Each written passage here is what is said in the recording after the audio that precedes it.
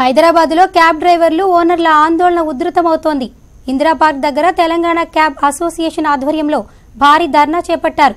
Demands పరిష్కరించకుంటే ఉద్యమాన్ని ఉధృతం చేస్తామని హెచ్చరించారు. ఇందిరా పార్క్ దగ్గర క్యాబ్ డ్రైవర్ల ఆందోళనకు సంబంధించి మరింత సమాచారాన్ని మా ప్రతినిధి జగతి అందిస్తారు. తెలంగాణ స్టేట్ క్యాబ్ అసోసియేషన్ ఆధ్వర్యంలో గత 3 రోజుల నుండి కూడా వీళ్ళు బంద్ ప్రకటించడం జరిగింది. అయితే వాళ్ళ సమస్యలను వెంటనే పరిష్కరించాలని, అలాగే వాళ్ళ డిమాండ్లు ఖచ్చితంగా నెరవేర్చాలని చెప్పేసి 3 రోజుల పాటు వీళ్ళు దీక్షలు చేస్తూ ఉన్నారు. అయితే కొంతమంది క్యాబ్ డ్రైవర్లు మనతో పాటు ఉన్నారు, వాళ్ళ అసోసియేషన్ మెంబర్స్ వాళ్ళు మనతో పాటు ఉన్నారు. వాళ్ళతో మాట్లాడే ప్రయత్నం చేద్దాం. సార్ చెప్పండి, ముఖ్యంగా మీ డిమాండ్స్ ఏంటి? ఈరోజు 5వ రోజు ప్రకటించి మన తెలంగాణ స్టేట్ క్యాబ్ అసోసియేషన్ తరపు నుంచి, అలాగే జేఏసీగా ఇదొక మేము యూనిటీగా వచ్చి అందరం కూడా ఒక డ్రైవర్ సమస్యపై పోరాడి మాకు జరుగుతున్న అన్యాయాలపైన ఈరోజు 5 రోజుల నుంచి మేము పోరాటం చేస్తున్నాం. ఇందులో 5 రోజులు ప్రకటించి ఈరోజు 3 రోజులు కంప్లీట్ అయ్యి 4వ రోజు నడుస్తుంది. కాబట్టి ఎవరు కూడా మేము 17 రోజుల కింద ఒక వీళ్ళకు ఓలా ఊబర్ యాజమాన్యానికి మెమోరాండం ఇచ్చాము. కాబట్టి వాళ్ళు ఇప్పటికి కూడా మా స్పందన అనేది వాళ్ళ స్పందన గుర్తించట్లేదు, స్పందించట్లేదు. మేము ఏం ప్రాబ్లం అయిందని ఆఫీస్కి వెళ్ళినా కూడా వాళ్ళు మీరు ఏం చేసుకుంటారో చేసుకోండి అని కొట్టి మా డ్రైవర్స్ని అందరినీ కూడా బౌన్సర్స్తో కొట్టించి బయటకు తోసేస్తున్నారు. సమస్యను మీరు ప్రభుత్వం దృష్టికి తీసుకెళ్ళడం జరిగిందా? ఈ రోజు ప్రభుత్వం దృష్టికి తీసుకెళ్లాలని 5 రోజులుగా బంద్ ప్రకటిస్తే ఇందులో 3వ రోజు జరిగి ఈ రోజు 4వ రోజు జరుగుతుంది. ఇప్పటికి కూడా ఇన్ని ఛానల్స్, ఇన్ని పేపర్స్ ఇంత జరుగుతున్నా ఆల్రెడీ మొత్తం హైదరాబాద్ సిటీలో, తెలంగాణలో మొత్తం జరుగుతుంది. ఇంత జరిగినా కూడా గవర్నమెంట్ ఎందుకు పట్టించుకోవట్లేదు? అంటే మేము కాదా సార్ కేసీఆర్ గారు, ఇప్పుడు మేము తెలంగాణ బిడ్డలం కాదా? మేము తెలంగాణలో ఉట్టలేదా? అసలు మీకు ఓట్లు వేయలేదా? ఎందు గురించి మమ్మల్ని పట్టించుకోవట్లేదు? ఆ ఓలా ఊబర్ని ఎందుకు పట్టించుకుంటున్నారు? వాళ్ళ మెడలు వంచి మాకు కంపల్సరీగా మా సమస్యల పైన అసలైన నిర్ణయం తీసుకొని మాకు న్యాయం చేయాలని కోరుకుంటున్నాం. ఈరోజు కనీసం బండి ఈఎంఐ కట్టే స్థితిలో కూడా లేము. ఇంట్లో భార్య పిల్లల్ని పడుకోబెడుతున్నారు డ్రైవర్లు అందరూ 12 గంటలు చేస్తుంటే 18 గంటలు డ్యూటీ చేస్తున్నాము. 18 గంటలు కూడా మినిమం వేజెస్ వచ్చే స్థితిలో లేదు. ఓలా యాజమాన్యం ఏదైతే 30,000 కట్టించుకొని లీజింగ్ వెహికల్స్ ఇస్తున్నారు, తక్షణం లీజింగ్ వెహికల్స్ ఆపాల్సిందిగా కోరుచున్నాము. వాళ్ళు లీజింగ్ వెహికల్స్ ఇచ్చి ఫస్ట్ వాళ్ళ వెహికల్స్కే బుకింగ్స్ ఇచ్చుకుంటున్నారు. ఎప్పటి నుంచి 2 years నుంచి మేము ఏదైతే చేస్తున్నామో ఈ రోజు లీజింగ్ అని కొత్తగా ప్రవేశపెట్టి లీజింగ్ వెహికల్స్గా ఇచ్చుకుంటున్నారు. 2 సంవత్సరాల నుంచి మేము చేసిన శ్రమను మర్చిపోయి మాకు శ్రమకు తగ్గ ఫలితం ఈ రోజు ఇవ్వట్లేదు. 18 గంటలు డ్యూటీ చేస్తున్నాము. 18 గంటలు డ్యూటీ చేయడం వల్ల మా ఆరోగ్యం ఏమవుతుంది? రేపటి రోజు మా భార్య పిల్లల పరిస్థితి ఏంటి? ఎవరు దానికి ఎటువంటి స్పందించట్లేదు. బంగారు తెలంగాణ అని అనుకున్నాము, బంగారమే భార్య మెడల్లో ఉన్న బంగారం అమ్మే స్థితికి వచ్చాము. తెలంగాణ అయితే ఉంది కానీ భార్య మెడల్లో ఉన్న పుస్తకాలు అమ్మి ఈఎంఐలు కట్టాల్సిన స్థితికి ఈరోజు వచ్చాము. మేము మా డిమాండ్స్ ఏంటంటే మాకు మినిమం బిజినెస్ గ్యారంటీ అని చెప్పి 8 hours, 10 hours, 12 hours అనేది అవర్లీ బేసిక్లా మాకు డిమాండ్స్గా పే చేస్తారా, లేదంటే డైరెక్ట్గా as per kilometre rate without incentive బేస్లో పే చేస్తారా అనే విధంగా మేము అడగడానికి వెళ్తే మమ్మల్ని ఊబర్ యాజమాన్యం, ఓలా ఊబర్ యాజమాన్యాలు వాళ్ళ బౌన్సర్స్ తోటి కొట్టించి పోలీస్ స్టేషన్లో పెట్టిస్తున్నారు. కాకపోతే మాకేందంటే మేము డైలీ 16 నుంచి 18 గంటలు 20 గంటలు ఆన్లైన్లో ఉంటున్నాం. మేము చేస్తున్న కష్టానికి ప్రతిఫలం దక్కట్లేదు.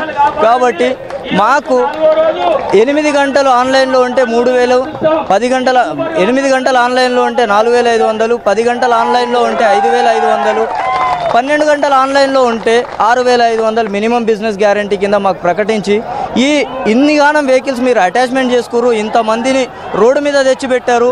ఇంకా మీరు రోజుకి 30,000 కట్టి మాతోటి వెహికల్ లీజ్ తీసుకోండి, నెలకి 70,000 సంపాదించండి అని చెప్తున్నారు.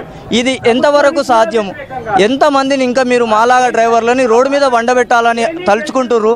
ఈవెన్ ఈ ఉన్న డ్రైవర్లని ఇప్పటికీ ఇంకా కొత్త అటాచ్మెంట్ తీసుకోకుండా, లీజింగ్ ఇవ్వకుండా ఉన్న డ్రైవర్లకి ఇంతమంది 1,20,000 డ్రైవర్స్లు ఉన్నారు హైదరాబాద్, సికింద్రాబాద్ జంట నగరాలలో.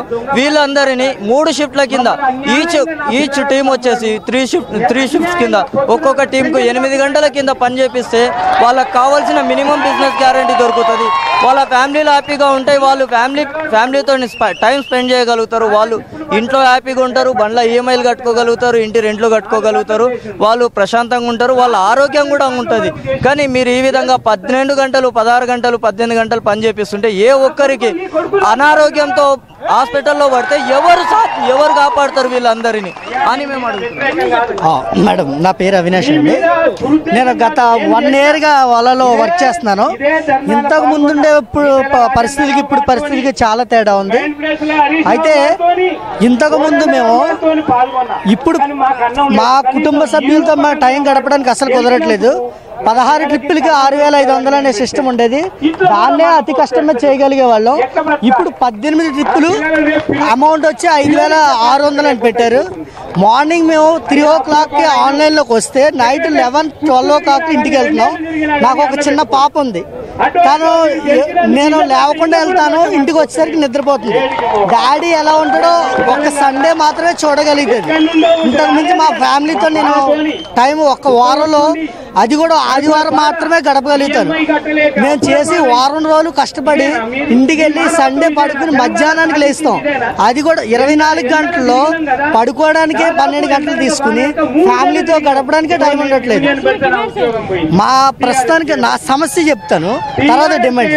సమస్య ఏంటంటే వీళ్ళు ఉన్న అసలే బిజినెస్ లేనప్పుడు కొత్త వాటిని అటాచ్ చేసుకోకుండా ఉండాలి. ఫస్ట్ నా డిమాండ్ ఇది. మా ఓలా డ్రైవర్స్ అందరూ ఇప్పుడు ఫేస్ చేస్తున్న సమస్యని పరిష్కరించడానికి ముందడుగు వేసి వాళ్ళు ఈ రోజైనా సరే వాళ్ళు ముందుకు వచ్చి మా సమస్యను పరిష్కరించడానికి హామీ ఇస్తారని నమ్ముతున్నాం. సమస్య ఏంటంటే కొత్త వెహికల్స్ వాళ్ళు అటాచ్ చేయకుండా ఉండాలి. 2, ఇప్పుడున్న ఆన్లైన్ సిస్టమ్ ఏదైతే ఉందో దాంట్లో 12 hours కాకుండా 10 hours 8 hours వాళ్ళు డ్యూటీని అరేంజ్ చేసేలా చూస్తారని కోరుతున్నాం. రైట్. ఒకవేళ ఇప్పుడు ఇంత జరుగుతున్నా కూడా ప్రభుత్వం ఏమాత్రం స్పందించకపోతే భవిష్యత్తులో ఆ కార్యాచరణ ఎలా ఉండబోతుంది? ఇప్పటికీ మేము 4 రోజులుగా సమ్మె చేస్తున్నాం. అయినా కూడా ఎవరి నుంచి కూడా రెస్పాన్స్ లేదు. పైగా మా మీద కేసులు. ఆల్రెడీ ఓలా ఊబరు ఇప్పుడు ఎవరైతే సమ్మెలో పాల్గొన్నారో వాళ్ళ డివైజ్లని బ్లాక్ చేసింది. అయినా కూడా భయపడం. ఇక ముందు కూడా మా భార్య పిల్లలతో సహా రోడ్లపైకి వచ్చి ధర్నా చేస్తాం. ఏదైతే తెలంగాణ సాధించుకోవడానికి ఏదైతే ఉద్యమంలో పాల్గొన్నామో అదే కేసీఆర్ అనుచరణ తీసుకొని అదే విధంగా వంట వార్పు వరకు రోడ్లు ధర్నాల వరకు వెళ్తాం. ఈ ఉద్యమం ఇంతతో ఆపము. ఇంకా పైగా కూడా టోటల్గా కూడా స్పందింపజేస్తాం. ప్రభుత్వం మాతో ఓలా యాజమాన్యంతో ఊబర్ యాజమాన్యంతో చర్చలు జరిపించే వరకు ఎంతకైనా పోరాడతాం. రైట్. చూసారు కదా, ఇది ఇక్కడున్న పరిస్థితి. ఊబర్ ఓలా క్యాబ్ యజమాన్యంతో ప్రభుత్వం చర్చలు ఖచ్చితంగా జరపాలి. ఒకవేళ అలా జరపకపోతే ఉద్యమం తారాస్థాయిలో చేరుతుందని కూడా అసోసియేషన్ వాళ్ళు చెప్తా ఉన్నారు. ఇంతే కాకుండా వీళ్ళు ఎంతో పస్తులుండి కూడా ఈ రోజు ఎంతో వర్కింగ్ అవర్స్ మించి డ్యూటీ చేయడం వలన వాళ్ళ ఆరోగ్యాలు పాడవుతున్నా కూడా లెక్క చేయకుండా వాళ్ళు పొట్టదిప్పల కోసం వాళ్ళు ఉద్యోగాలు చేస్తున్నారని చెప్తున్నారు. ఏదేమైనప్పటికీ కూడా తెలంగాణ బంగారు తెలంగాణ సాధ్యం కోసం తెలంగాణ కోసం ఎంతో పోరాడిన వీళ్ళు ఖచ్చితంగా కూడా ఒకవేళ వీళ్ళు సమస్యలు పరిష్కరించకపోతే ఖచ్చితంగా కూడా ధర్నాలు వంట వరపు సకల జెండా సమ్మె ఏ విధంగా తెలంగాణ ఉద్యమం కోసం ఎలా చేశారో అలాగే డ్రైవర్లు వీళ్ళ సమస్యలు పరిష్కరించకపోతే ఉద్యమం కూడా ఉద్రిక్తంగా మారుతుందని చెప్తా ఉన్నారు. కెమెరామెన్ నవీన్తో జగతి, నెంబర్ 1 న్యూస్, హైదరాబాద్.